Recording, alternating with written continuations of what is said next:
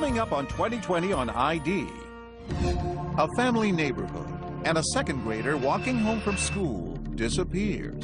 The hunt continues for a little girl missing for almost 2 days. She is definitely endangered, and we do suspect foul play. As a mother pleads for her child, I love you, and I just want you to come home. the search uncovers a shocking truth.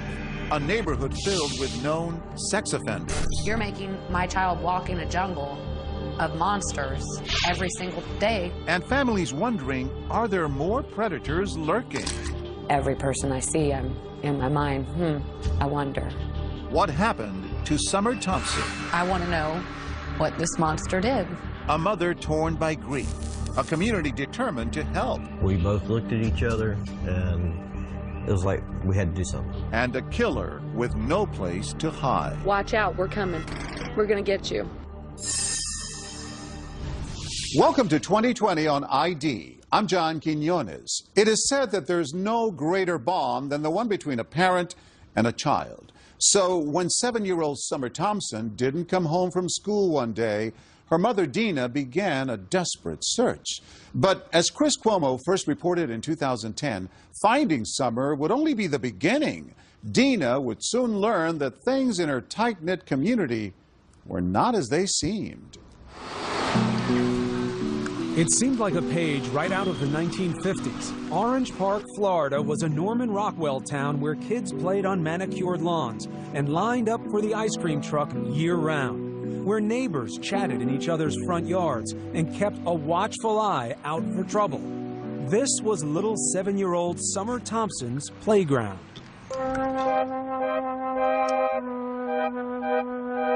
They nicknamed her Grace.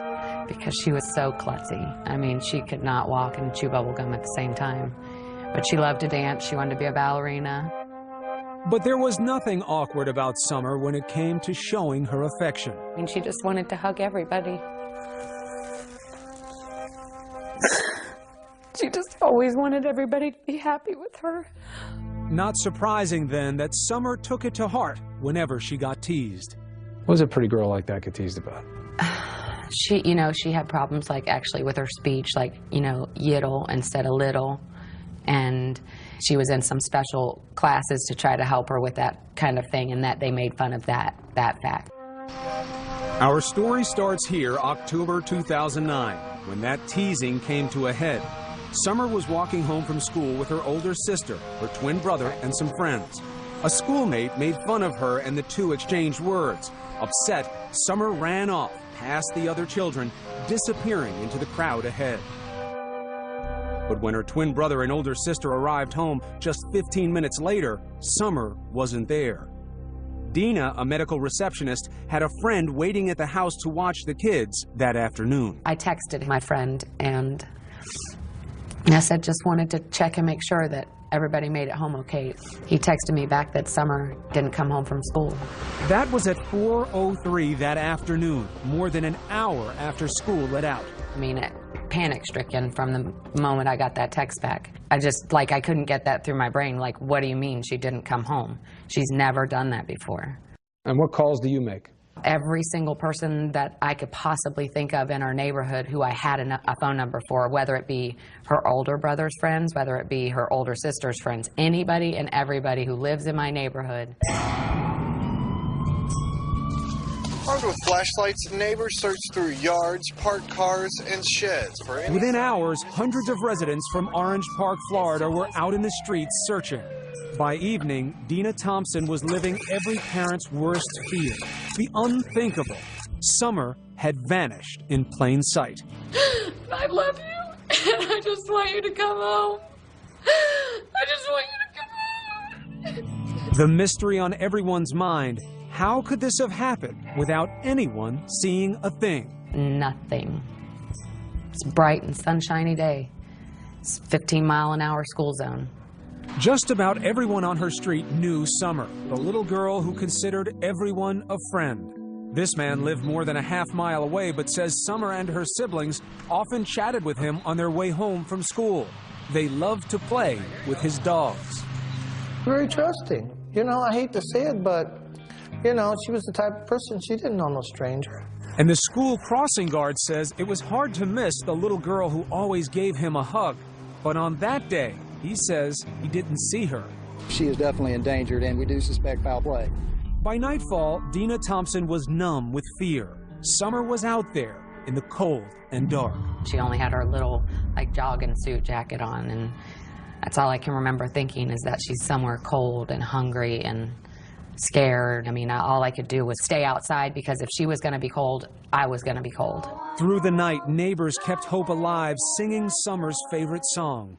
You are my sunshine, my only sunshine. You make me happy. The 7-year-old is now the center of a nationwide Amber Alert, even though there is no confirmation she was abducted. Day 2, Dina took her appeal nationwide. She's one of the most loving little girls in the whole wide world. She doesn't know a stranger, and if somebody has her, please just bring her home. She's got a twin, and he misses her, and we all miss her, and we just want her to come home okay. That's all I wanted. I didn't care at that point if this thing got in trouble or not, as long as she got brought back to me safe, alive.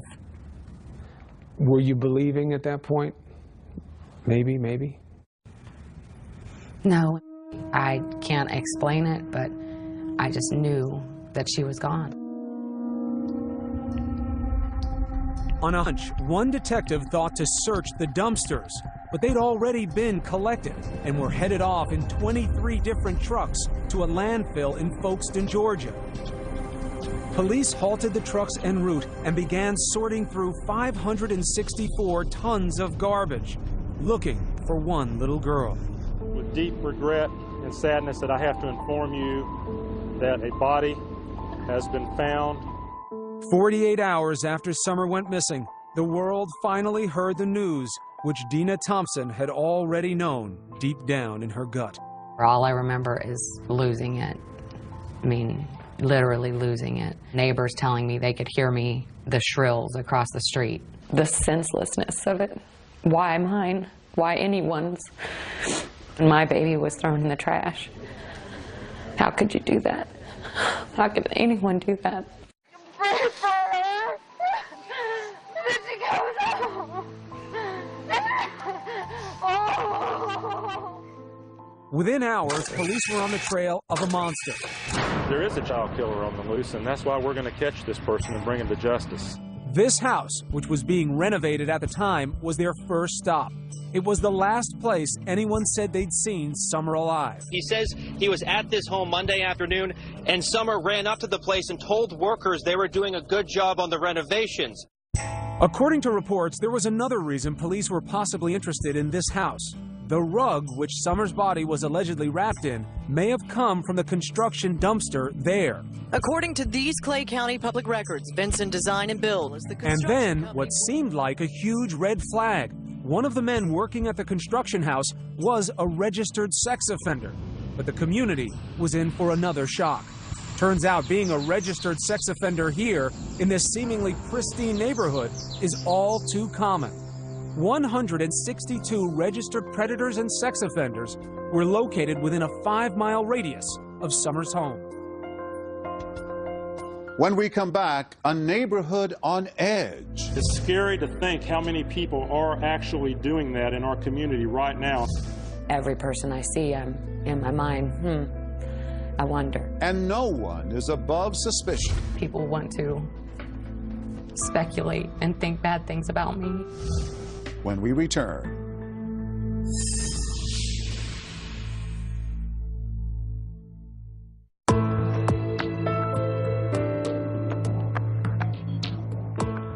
Seven-year-old Summer Thompson has vanished while walking home from school. As police continue their investigation, early clues point to someone nearby. But are they looking in the right direction? Once again, Chris Cuomo. As the hunt continues for a little girl. She was wearing a red jumpsuit. She had a red bow in her ponytail. The missing 7-year-old's mother pleaded for her daughter's return. You don't do this to a little baby and put my baby in the trash. After Summer Thompson disappeared, the residents of Orange Park, Florida were stunned to learn that their children had been walking through a virtual minefield of registered sex offenders each day. 162 living in just a 5-mile radius of Summer's home. It's scary to think how many people are actually doing that in our community right now. And I'm talking not in dozens, I'm talking hundreds of cases that we've got out there. It's a very scary thing. Had you any idea? No. Another surprise for Dina Thompson was that early on, she and her friends were under suspicion because in many other missing child cases, family members have been implicated. That's one of the things that hurts me the most, that people want to speculate and think bad things about me. When it came out how many predators were in the neighborhood, Dina says she took more heat for being a single working mother who let her kids walk home themselves from school. But that decision was really made by the state of Florida. By law, because Dina lived less than a mile away from school, her kids weren't eligible for busing. Unbelievably, in Florida and 22 other states, registered sex offenders can live and work within 1,000 feet of a school. That makes no sense to me. You're making my child walk in a jungle of monsters every single day walking home from school. According to these Clay County public records, Vincent Design and Bill is the construction company working on the vacant home on Gano Avenue. George Vinson was one of those offenders. He worked at that construction house along Summer's route from school. But Vinson hadn't worked there that day, and his story checked out. The two men who had been there were also cleared.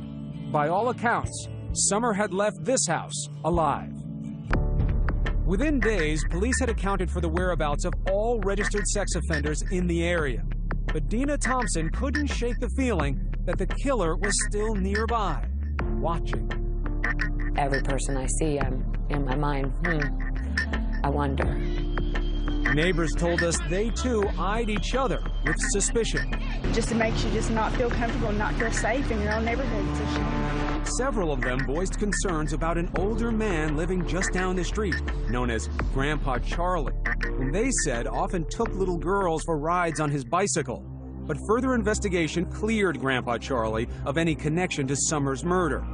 Police then turned their attention to another man. This one lived closer to Summer's school. There's only one house between the one where Summer was last seen and the corner where the crossing guard says he never saw Summer pass by. That home is owned by Richard Corpus. Come on, let's go.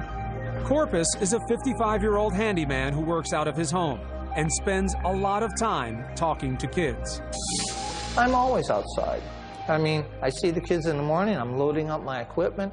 I see them in the afternoon. I'm, coming in from cutting grass. I got lots of kids that pass by.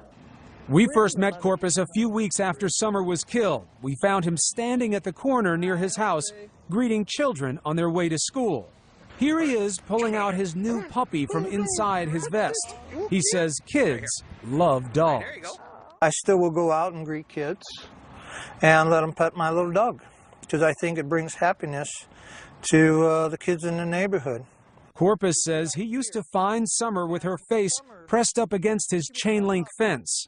Just so the dog will go and lick her face. Because she always ran out to pet every animal. Dina knew her daughter was drawn to dogs, and it had always worried her. It would drive me crazy. I'd be like, Summer, I know you love animals, but you don't know these people, and there's bad in this world, and it would hurt Mommy so bad if you never came back, and my worst nightmare is here. Over the next month, police honed in on Corpus. He says they seized his computers and monitored his calls. I'm not a predator, but I can tell you this, every time the police walk in my house, I start shaking. I know they're following me. I know that they're into my computer, looking, analyzing, and I'm not trying to get emotional, but I'm telling you quite honestly, there are 30 kids right now that are waiting for a Santa Claus. That's because Corpus usually plays Santa at the local Filipino club each year, but not anymore. Because I'm afraid one of these parents will turn around and try to make me out something that I'm not, but just a good, kind man. Corpus says the neighbors had it all wrong. He says he wants to protect the children. I really watch these kids. It's like when they come home from school, when they're going to school, like especially at the end of school. But, the reason I watch the kids is because I'm scared for their safety. When we get back, police keep Corpus in the crosshairs, but turn their attention in a new direction. Why did the shed at this house suddenly disappear? He would run from the shed back there and just run back and forth, back and forth. He'd be out there sometimes 5:30 in the morning just running. New suspect comes into focus. Stay with us.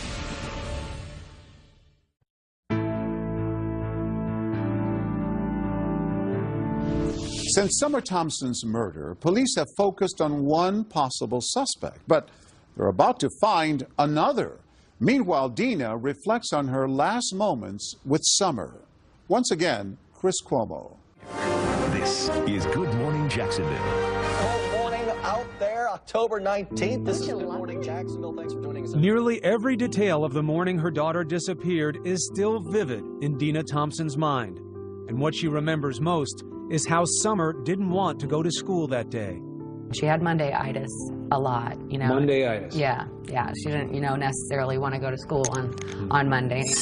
Dina spent more time than usual getting Summer ready that morning. And she asked me to put her hair up, and I put her hair up in a red rubber band. But there's one detail Dina can't remember, and it haunts her to this day. I like to say that I told her I loved her. I'm pretty sure I did, and that I hugged her, but for some reason, I can't remember that part of it. But every one of those little acts that you did that morning is an I love you, isn't it? But not knowing if he actually said it. Cut a couple lawns and... But for police, it was what Richard Corpus was doing that day that concerned them over the next several months. Some found Corpus's alibi suspicious. He claimed he'd mowed the Lions Club lawn that morning, but that wasn't his usual day. He claims he got back home just as the children were getting out of school and unloaded most of his equipment into his garage, even though he was supposedly heading back out to mow another lawn. Corpus says he never saw Summer that day, but he does remember seeing Summer's twin brother and sister pass by. He says he was too busy to chat. And the little boy, I do believe was the twin, asked me, oh, can I have a ride on your trailer? No. Stay with the group, okay? I have to go. Corpus explains being in such a hurry by saying he went into his house to do paperwork for about an hour, then headed to the country to mow his friend's grass. Police would later search his truck for blood and fingerprints. But police were putting so much manpower into Corpus, they were missing something right under their noses. Investigators had spent most of their time on this house, Corpus's house, because the crossing guard at this intersection said he didn't see Summer. But what if he missed her? If Summer had moved just a little bit farther down this street, Gano Ave, just 2 houses down, there is a home that holds many secrets. Turns out police already had a sex crime investigation pending on a 24-year-old man named Jared Harrell, who lived in this house. But police didn't know that because he'd given them a fake address. It took this couple to put the pieces together. Hair stood up on the back of our necks. We both looked at each other, and it was like we had to do something. Rod Buchanan is a local landscaper. His wife, Lisa, is a nurse. 2 days after Summer's body was found, they were driving down Gano Ave. This is the house here. The vehicle was pulled right there in the driveway. When they spotted Jared Harrell's car at this place, just 3 houses down from the last place Summer was seen alive. Just a gut instinct, just get that sick, icky feeling. We got goosebumps. 2 months earlier, the Buchanans say their children had discovered Harrell's chilling secret. It started when they say they found he'd been stealing things from them while living at their apartment and asked him to move out. They say Harrell left immediately, but he left behind his computer. That would be a mistake. They decided to search the computer at that point, and that's when they found, it was right there on the desktop. It was no effort made whatsoever to hide the material. They told their parents they found child pornography on Harrell's computer, a lot of it. Our daughter and her fiance both are just extremely distraught over what they saw on his computer. Hardcore stuff. Yes, sir. Stuff that our children shouldn't have seen. Should have never had to see. As soon as they made the alleged discovery, Rod took his wife and daughter to the police to turn over the computer. Flash forward 2 months to October.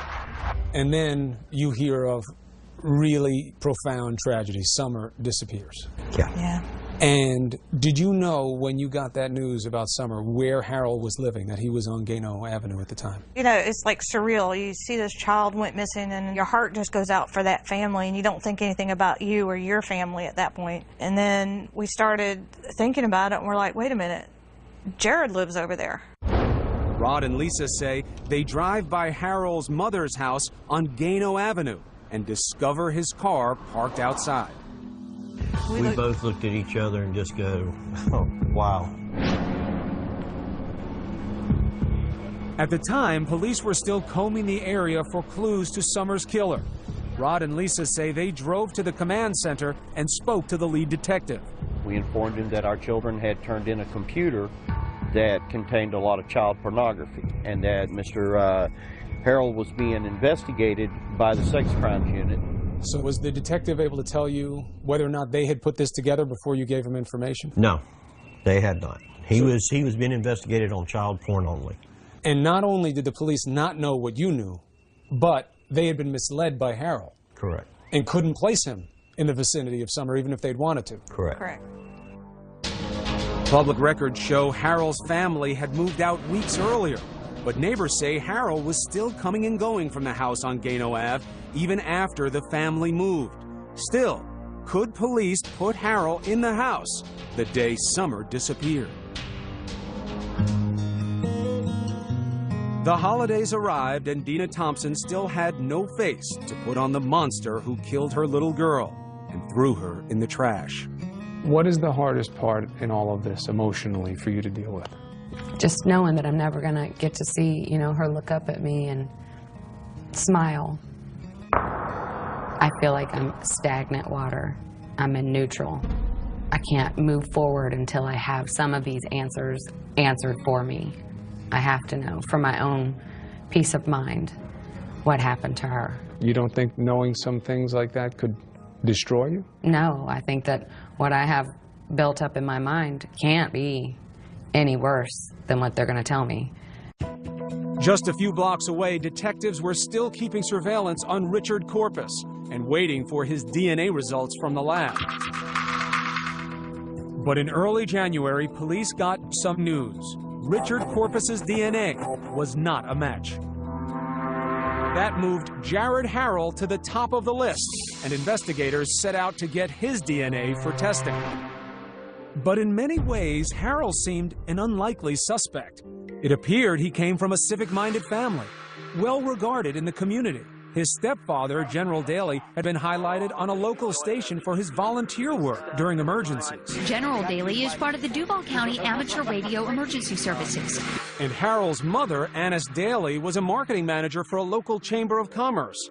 Her business profile boasts a loving family. But nobody knew the unimaginable truth about Harold's family life and why 21 years ago, a Mississippi judge had ruled his mother unfit and her children had been taken away. The incident made national tabloid headlines in 1989 because Harold's mother, then known as Annis Mizell, had fallen in love with her boss, Joe Newman, a self-styled inventor who claimed God had told him to marry Annis's 8-year-old daughter. He said, "You will accept the love of this young child, or I'll take your son to be with me." Newman talks about this in a 4-hour video he's produced about his life, a video that features his son and his wife of 15 years, whom he was still married to when he performed his own marriages to Harold's 8-year-old sister and Harold's mother, Annis, as well. I'm one hell of a man, and that's what girls have told me, who've been with me. Newman claimed God would tell him when to consummate his marriage with Harold's sister. Jared was only 3 years old. A judge put Harold and his sister in the hands of social service workers. 6 years later, Annis would get them back, but relatives say things were never stable very long. Records show Annis had at least 56 different addresses in almost as many cities while Harold was growing up. She'd been married 4 times, filed for bankruptcy 3 times, was evicted from at least 1 home, and was found guilty of grand theft after allegedly stealing thousands of dollars from her employer. Well, we didn't discuss what was going on with him and his mom and dad.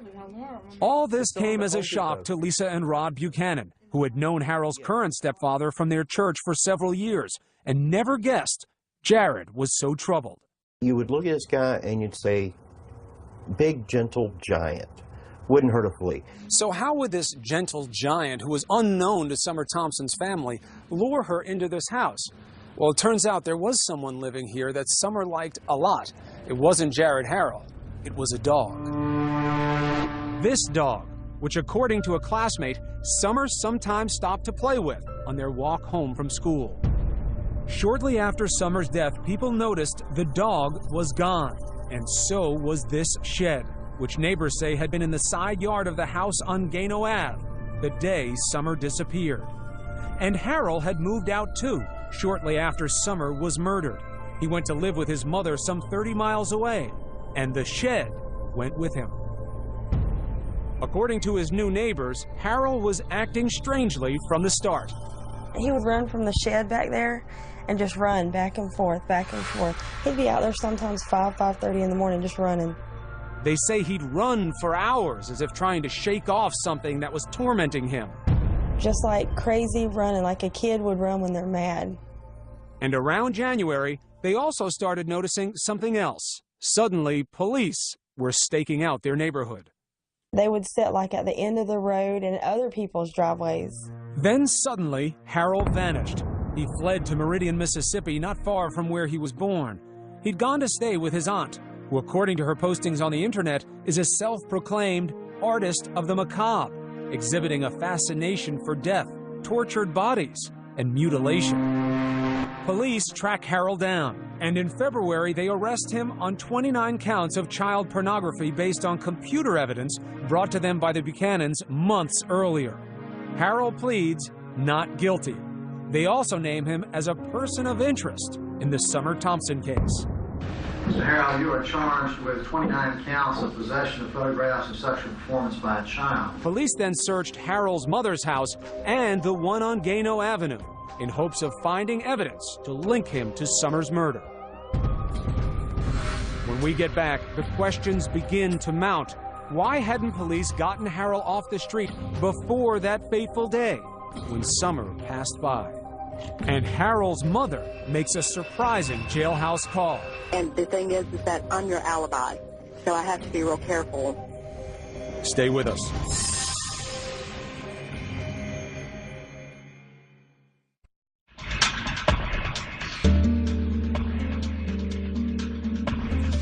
Jared Harrell is in jail on child pornography charges, and police have named him a person of interest in Summer Thompson's murder.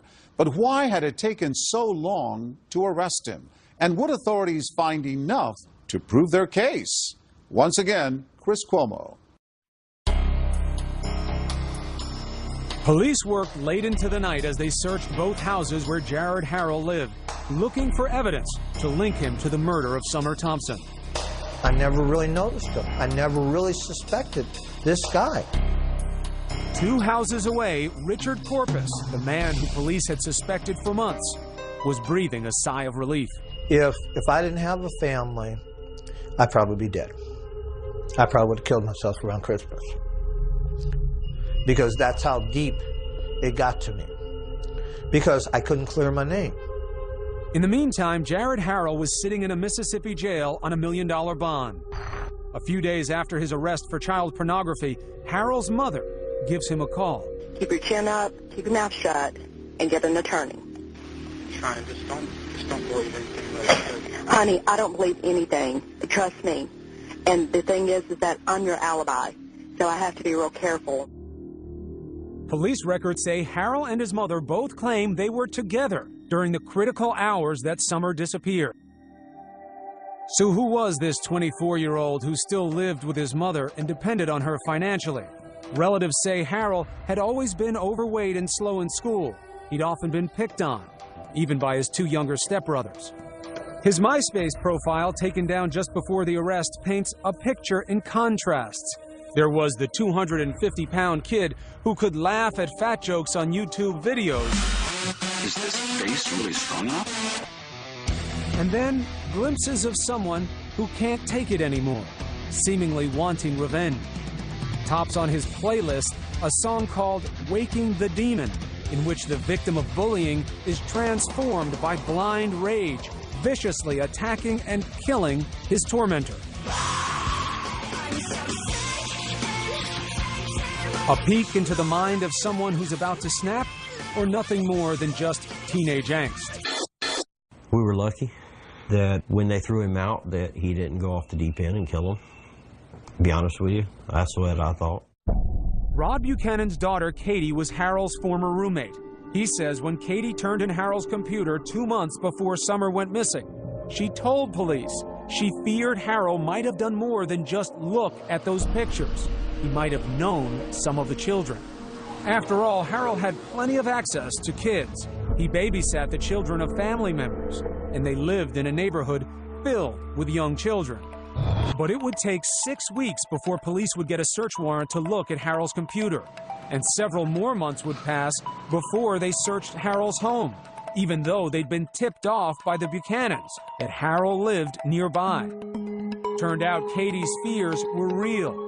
Right, remain silent. Anything you say, County, will be used against you. Police say they found Harold's camera containing a video with horrifying images of Harold molesting a 3-year-old child.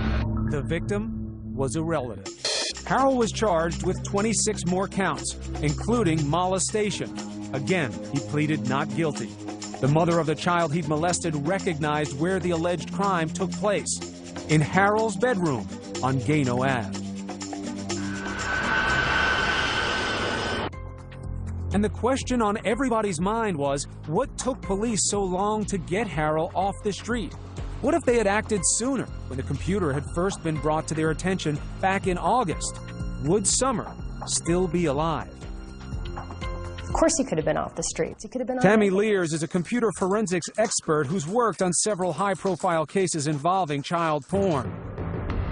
She says the concern that Harold might have known at least one of his victims should have been an immediate red flag. That is probable cause in all of the cases I've seen. That was enough to look. That was enough to go in and get a search warrant so that they could do a forensic preview. Lears says what makes this case different is that police had a tip that Harold might have been molesting someone he knew. They should have acted immediately to see whether there was a child in danger. Because as it turns out, that was true. 2020 repeatedly asked the sheriff's office for an interview about their investigation.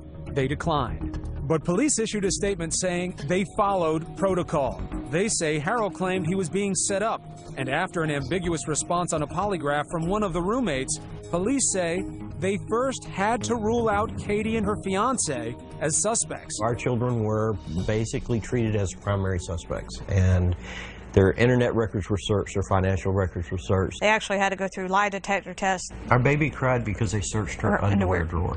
For 2 months, they investigated them. You don't wonder, under the category of what if, that time had been spent looking at Harold instead of your daughter and her fiance?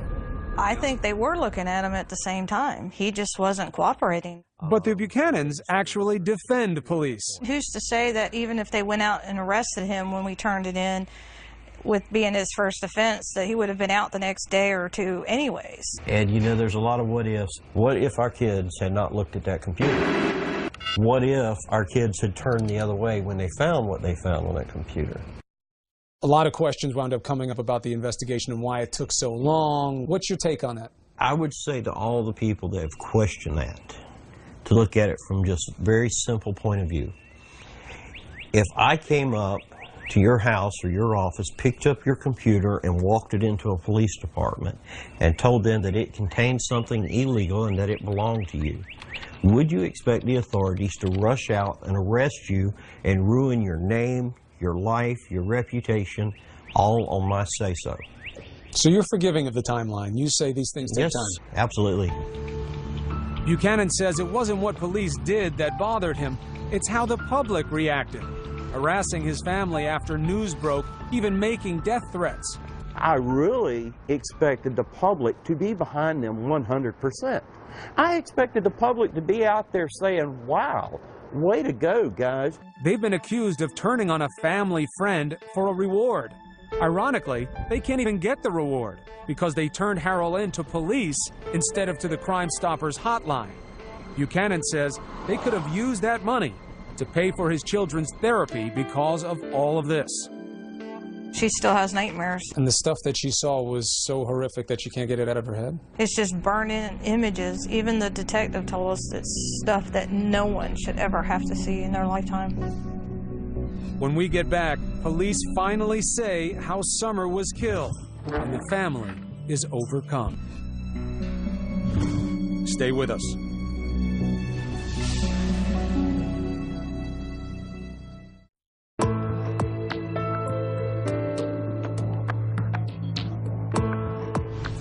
Watch out, we're coming.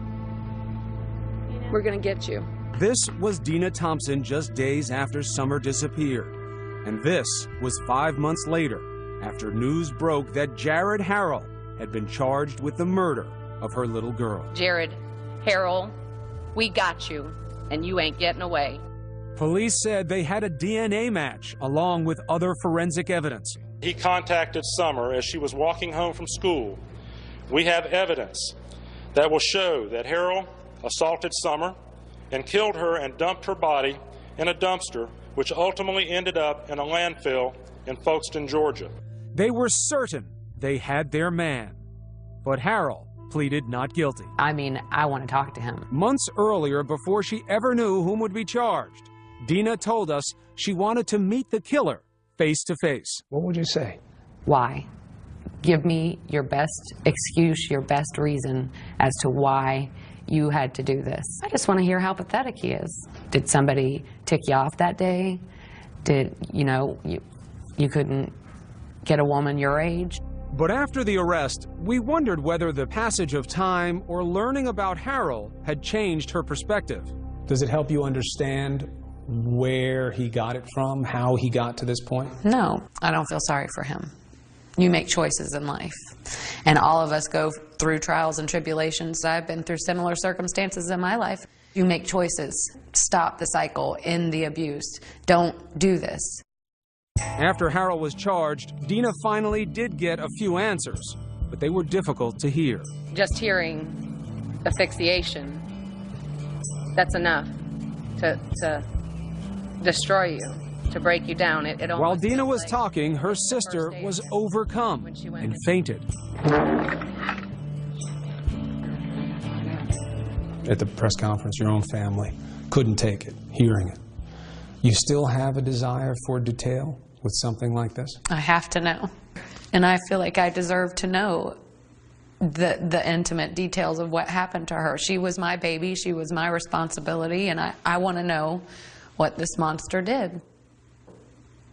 I was there when she came in, and I want to know if she had to suffer when she went out. And after all the shocking information this manhunt has unearthed about her neighborhood, Dina told supporters, I'm glad he's behind there, but there's many more lurking in the depths, and that's what we've got to try to figure out, how to get to them. Nobody's safe. What hurts the most is that as a parent, I feel like I failed. Do you blame yourself? Absolutely. Why? Because I'm her mother and I was supposed to protect her. I was supposed to keep her safe. And I failed at that. You failed. You failed by sending her off that morning, doing her hair and telling you that you loved her and sending her with her brother and sister like you did every other day? I know that it doesn't make sense. It doesn't have to make sense though, right? Not to a mom. But at some point you have to let that go, right? I guess eventually, I don't know when that'll be. Dina says right now she wants Harrell to get the death penalty, but she finds little comfort in seeing justice served. You set yourself up to think that it's going to make it all better. You're going to be normal again. And I won't ever be normal again. My normal. Dina says she has a new normal, advocating for children. Yes. She wants laws changed, allowing Amber Alerts to be issued sooner, getting predators away from schools, and allowing all children to ride the school bus.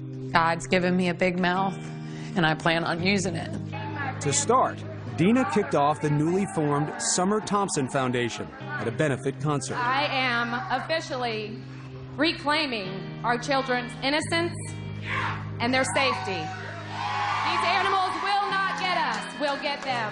Justice for Summer means justice for children. She says it was a moment of healing for the whole family, especially hearing this from Summer's older sister, Abby. Just know that Summer's never going to be gone. She's always going to be in your heart. And it was a moment of triumph, too, when Abby and her brother sang their tribute to Summer. You'll never know, dear, how much I love you. Seeing your family be strong, seeing them be happy and having joy in life, that's the power. That's the power. And for Summer's twin, a mother's special wisdom to help him carry on. He's asked me, do you think that she has her invisible eyes where she can see through the roof and see through the top bunk and see me? And I said, she's got her invisible eyes. And I tell him that he'll see her in his dreams, and that someday, none of us know when, we'll all be back together. And I said, it will be like you were never apart. You have a message for parents. What is it? What do you want to tell parents like me? Your child could be taken in the blink of an eye, and you'll never see them again. And that is the worst feeling I can even imagine. If they want to do something with you and you think they're going to make a bigger mess, so what? Play games with them, read stories to them, tell them you love them, tell them often. Love your kids. They're a gift from above, and you don't know how long you have with them. Love them with every ounce of your being. Please don't take my sunshine away.